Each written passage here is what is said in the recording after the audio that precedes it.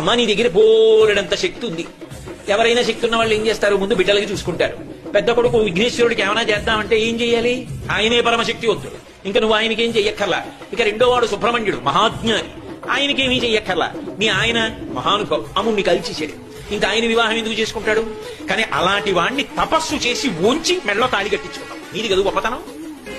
కాబట్టి నువ్వు శంకరుడికి ఏం చేస్తావు? నీ శక్తితో ఏమీ చెయ్యక్కర్లా, ఆయన మహానుభావుడు. మరి నీ శక్తి అంతా ఏం చేస్తావు? పెద్ద కొడుక్కి నువ్వేం చెయ్యక్కర్లా, రెండో వాడికి చెయ్యక్కర్లా, మీ ఆయనకి చెయ్యక్కర్లా, మీ శక్తిని అంతటిని ఏం చేస్తావు అంటే నన్ను వచ్చి అడగ. ఎవడైనా వచ్చి ఆవిడ దగ్గర ఇలా ఒగ్గితే చాలు, అబ్బా ఒక్కడ దొరికాడు రాని ఇవ్వడానికి ఇచ్చేస్తుంది. అమ్మా అప్పుట్టా నువ్వు సంతోషంగా నవ్వుతుంది, అబ్బా నా దగ్గర ఉన్నది ఇవ్వడానికి బాలుడు దొరికాడు రా నాకని సంతోషం. అమ్మా నీ దగ్గర బోలెడంత శక్తి ఉంది. ఎవరైనా శక్తి ఉన్న వాళ్ళు ఏం చేస్తారు? ముందు బిడ్డలకి చూసుకుంటారు. పెద్ద కొడుకు విఘ్నేశ్వరుడికి ఏమైనా చేద్దామంటే ఏం చెయ్యాలి? ఆయనే పరమశక్తివంతుడు, ఇంకా నువ్వు ఆయనకేం చెయ్యక్కర్లా. ఇక రెండో వాడు సుబ్రహ్మణ్యుడు, మహాజ్ఞాని,